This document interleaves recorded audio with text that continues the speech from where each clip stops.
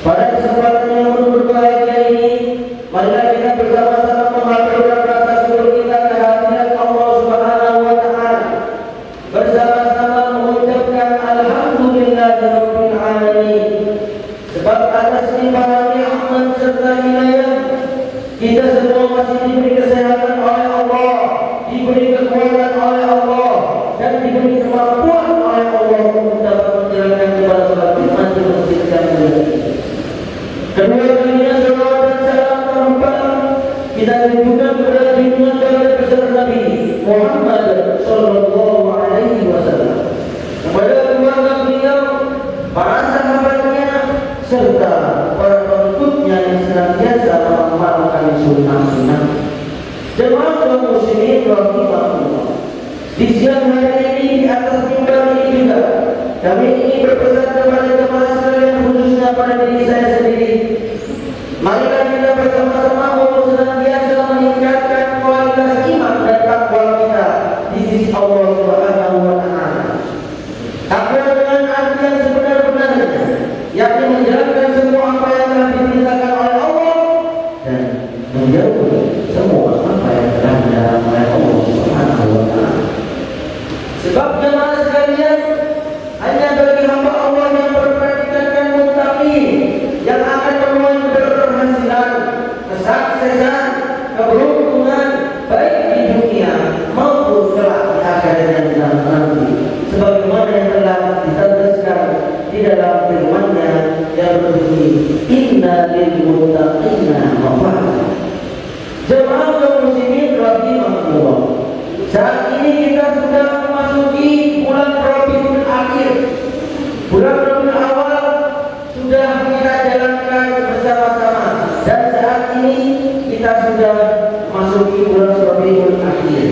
Izinkanlah jemaah sekalian, di siang hari ini kami ingin mengajak jemaah sekalian untuk merenungi wasiat apa yang telah disampaikan oleh ulama salih yang terdahulu, di mana wasiat ini patut kiranya hendak kita lakukan bersama-sama demi mewarnai di bulan Rabiul Akhir ini, sehingga kita semua dapat menjalankan aktivitas ritual ibadah baik hablullah maupun hablun nas dengan sebaik-baik mungkin. Jemaah kaum muslimin rahimahullah, siapakah gelarnya ulama tersebut? Yaitu Hatim Al-Asam, ulama ternama di Khurasan. Beliau wafat pada tahun 2037 Hijriah, seorang santri dari Syekh Syakir Al-Balfi di zamannya, ulama ternama, di mana Hatim Al-Asam ini setiap pagi berdialog dengan setan, dan sampai-sampai jemaah sekalian, setan ini setelah berdialog dengan beliau lari terbirit-birit. Apakah isi dialognya sehingga setan lari terbirit-birit dengan Hatim Al-Asam?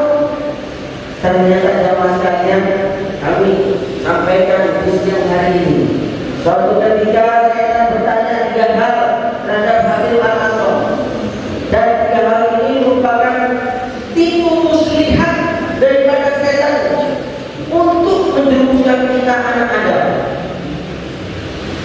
Apa yang ditanyakan setan? Wahai Hatim, apa yang engkau sukai makanan? Makan apa yang engkau sukai? Wahai Hatim, pakaian apakah yang engkau sukai? Dan wahai Hatim, tempat tinggal apakah yang engkau sukai? Ketiga hal ini dipertanyakan oleh setan terhadap ulama ternama Hatim Al-Asam pada waktu itu. Lalu kemudian apa jawabnya Hatim Al-Asam?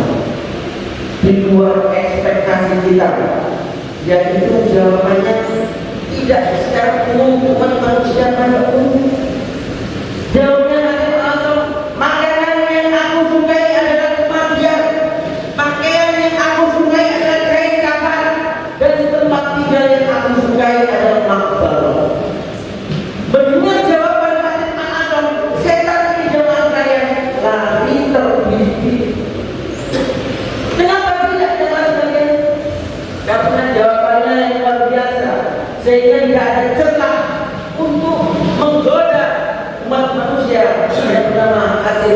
ini. Apa yang kau makan dan aku makan kematian. Sehingga jemaah sekalian, dalam realitas kehidupan sehari-hari, Hatim Al-Aswad ini dimanapun dia berada, apapun dia berada, dia senantiasa melihat akan mati. Kematiannya senantiasa ia ingat, sehingga setapak demi setapak, sejengkal demi sejengkal, senafas demi bernafas, ia senantiasa mengingat mati. Ketika seorang hamba, seorang umat manusia dalam aktivitas sehari-harinya mengingat dirinya suatu saat akan meninggal dunia, pastilah dia akan mengukur apakah tindakan itu berimplikasi dosa atau berimplikasi pahala di sisi Allah Subhanahu wa Ta'ala. Jemaah kaum muslimin, baginda Nabi pernah mengingatkan kepada kita semua, kafa bil mauti wa'idun, cukup dengan kematian menjadi polisi bagi kita masing-masing, menjadi polisi, menjadi nasihat bagi individu umat manusia. Ketika kita mau melakukan kegiatan sosial di mana kegiatan tersebut tidak berdampak kepada madorot terhadap sekitarnya, kita ingat mati, kita akan tidak melaksanakan apa yang kita lakukan. Ketika kita mau melakukan tindakan bermaksiat di sisi Allah Subhanahu wa Ta'ala, di saat itu kita ingat mati, pasti kita tidak akan menjalankannya. Jemaah kaum muslimin rahimahumullah, yang pertama yang dimakan adalah kematian hadir. Yang kedua, pakaian yang sesuai dengan kain putih, kain kafan, mengingat bahwa suatu saat dirinya akan semayang, meninggal dunia, ruh dan jasad akan terpisah pada dirinya.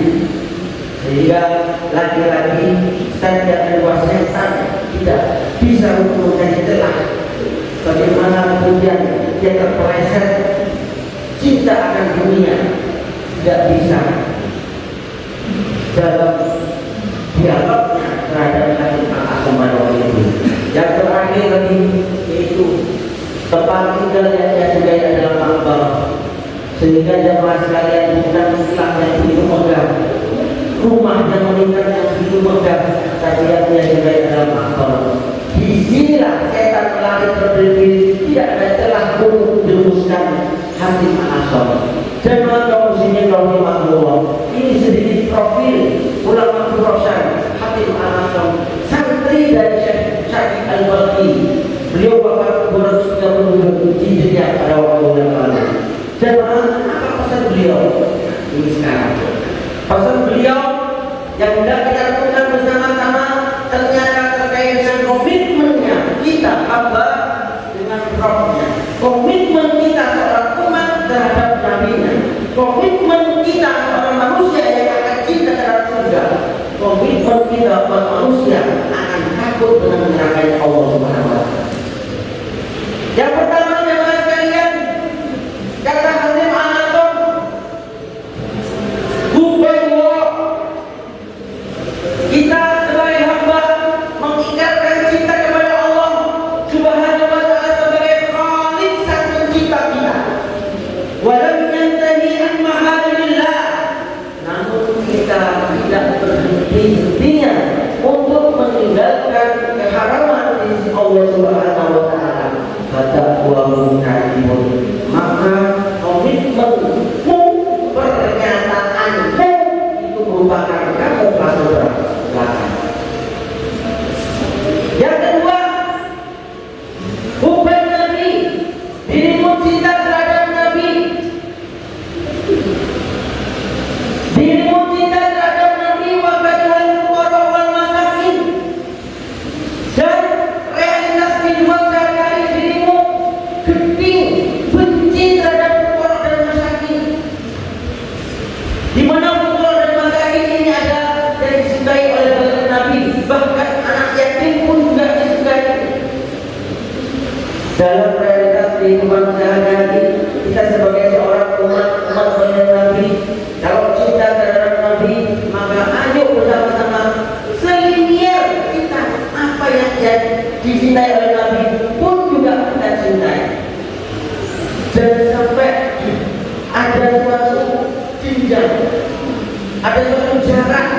Ketika kita cinta Nabi, tapi kita semua sebagai umatnya tidak mencintai apa yang dicintai oleh Nabi. Jemaah kaum muslimin sekalian warahmatullahi wabarakatuh. Indikator salah satu kalau kita ingin cinta terhadap Nabi dan diakui oleh Nabi ada dua hal, yaitu itba'us sunnah wa ihya'us sunnah, mengikuti sunnah-sunnahnya dan menghidupkannya. Setelah mengikuti sunnahnya, lalu menghidupkan sunnah-sunnahnya. Jemaah kaum muslimin rahimahullah, ayo sama-sama apa yang kita sunnahkan dalam kehidupan sehari-hari kita ikuti dan kita hidupkan. Banyak di antara kita sebagai umat menafikan bahkan apa terhadap sunnah Nabi. Ketika masuk ke masjid, Nabi mensunahkan untuk melangkahkan kaki kanan keluar dari masjid, melangkahkan kaki kiri. Allahumma ftah rahmatik, Allahumma inni as'aluka min fadlik. Ini merupakan sunnah Nabi. Kalau kita sudah mengetahui apakah kita mengikutinya, kalau kita mengikutinya apakah kita jalankannya. Kalau kita jalankan itu merupakan sunnah, mengikuti sunnah.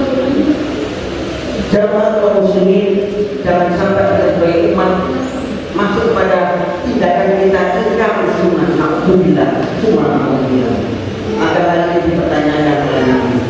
Baca wahum kajibun, pernyataanmu merupakan kamu telah belaka. Kalau dirimu cinta dirimu Nabi, maka dirimu juga harus mencintai apa yang aku cintai, mencintai fuqara dan masakin, mencintai anak-anak yatim. Itu merupakan salah satu apa yang dicintai oleh badan Nabi. Jemaah kaum muslimin sekalian warahmatullah. Pesan yang ketiga kata Muhammad SAW, bukan karena cinta terhadap surganya Allah. Saya yakin dan yakinnya umat manusia seluruh dunia pasti akan merindukan surganya Allah. Semuanya akan ingin masuk surganya Allah. Tapi ketahuilah wahai jemaah sekalian, orang yang masuk di dalam surganya Allah ini adalah orang-orang yang baik, orang-orang yang terseleksi, orang-orang yang terscreening. Prinsipnya, jadi orang yang masuk ahlul jannah, orang yang masuk surganya Allah itu salah satunya adalah orang yang baik. Apa indikator orang baik? Ini diteruskan dari Rasul. Kalau dirimu cinta surganya Allah, walau yatasaddaq, walau yatasaddaq. Dan realitas dalam kehidupan sehari-hari, empirisme kehidupanmu, wahai umatku, tidak pernah berbagi satu sama lain, tidak pernah bersedekah, maka kecintaan terhadap surganya Allah merupakan kebohongan belaka. Karenanya jemaah sekalian, kalau kita sudah memang benar-benar rindu akan surganya Allah, setidak-tidaknya kita mensisihkan anugerah yang diberikan oleh Allah kepada kita hambanya. Antara anugerah yang berupa materi, kalau Allah melimpahkan anugerah materi kepada kita semuanya, harta melimpah, kita sisihkan harta kita untuk kita sedekahkan. Renovasi masjid, rumah anak yatim, rumah tahfidz, sedekahkan kepada yang berhak untuk menerimanya. Hal ini merupakan salah satu indikator bahwa kita tergolong orang-orang yang baik, dan itu salah satunya orang yang senantiasa berbagi. Imam Syafi'i itu mengingatkan kepada kita semuanya, ketika kita bersedekah, ingat golongan yang terdekat kita terlebih dahulu, keluarga kita yang ingin dibantu terlebih dahulu.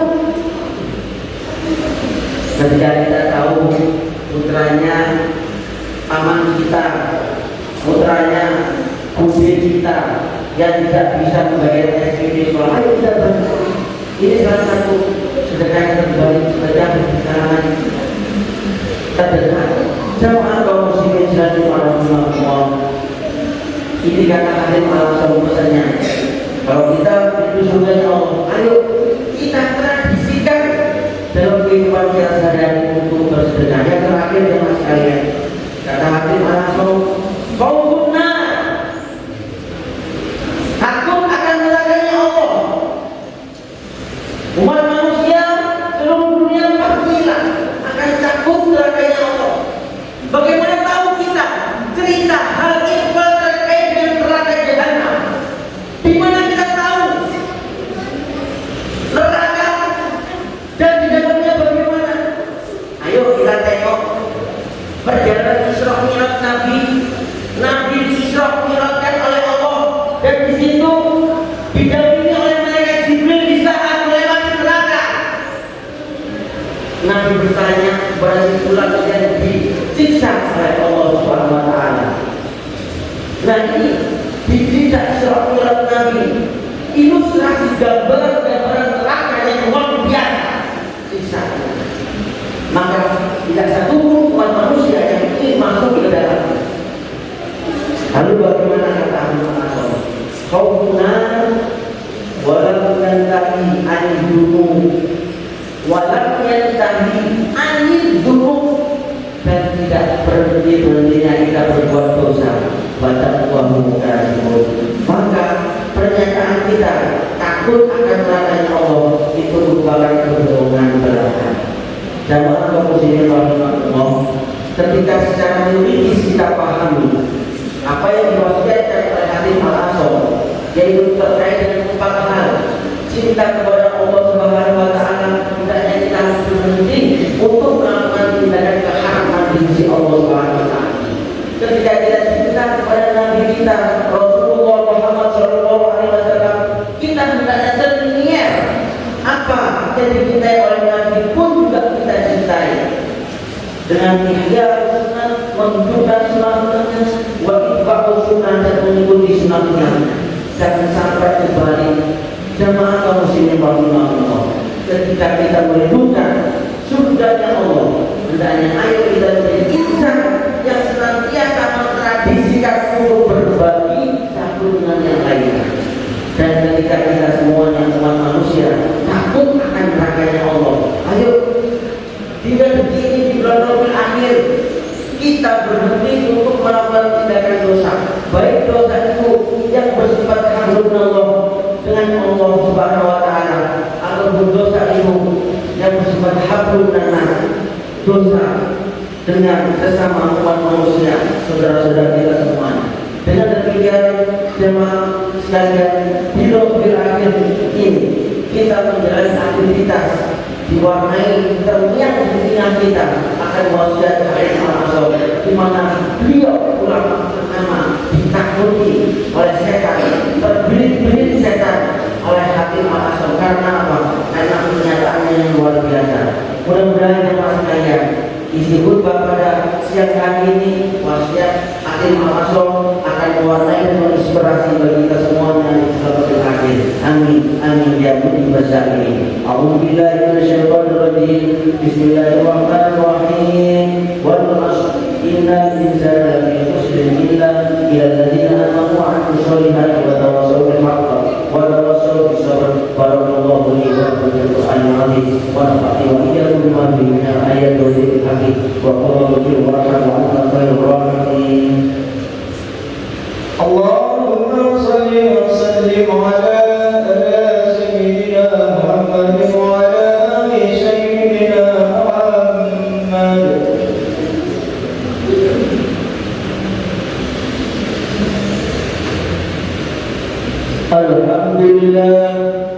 Alhamdulillah wa kafa wa usalli wa usallim ala sayyidina Muhammadin al-Mustafa wa ala alihi wa ashabihi ahlil wafa. Asyhadu an la ilaha illallah wahdahu la syarika lahu wa asyhadu anna sayyidina Muhammadan abduhu wa rasuluhu al-mab'uts rahmatan lil alamin. Amma ba'd, fa ya ayyuhal muslimun, usikum wa nafsi bi taqwallahil 'aliyyil 'azim. Wa'lamu anna Allah amara bi amrin 'azim, amara bis-shalah was-salam 'ala nabiyyil karim. Fa qala ta'ala, inna Allaha wa malaikatahu yusalluna 'alan nabiy, ya ayyuhalladzina amanu sallu 'alaihi wa sallimu taslima.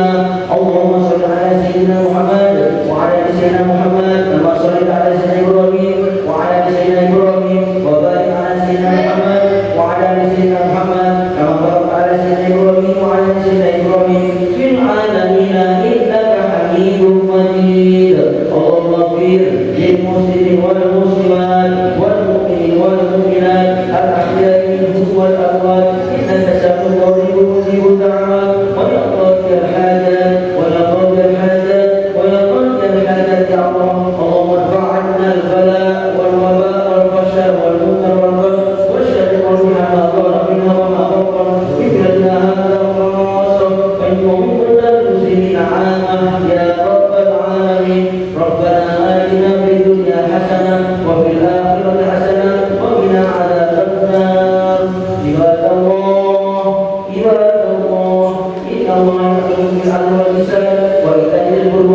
الفحشاء والمنكر والبغي يعظكم لعلكم تذكرون ولذكر الله أكبر أقيموا الصلاة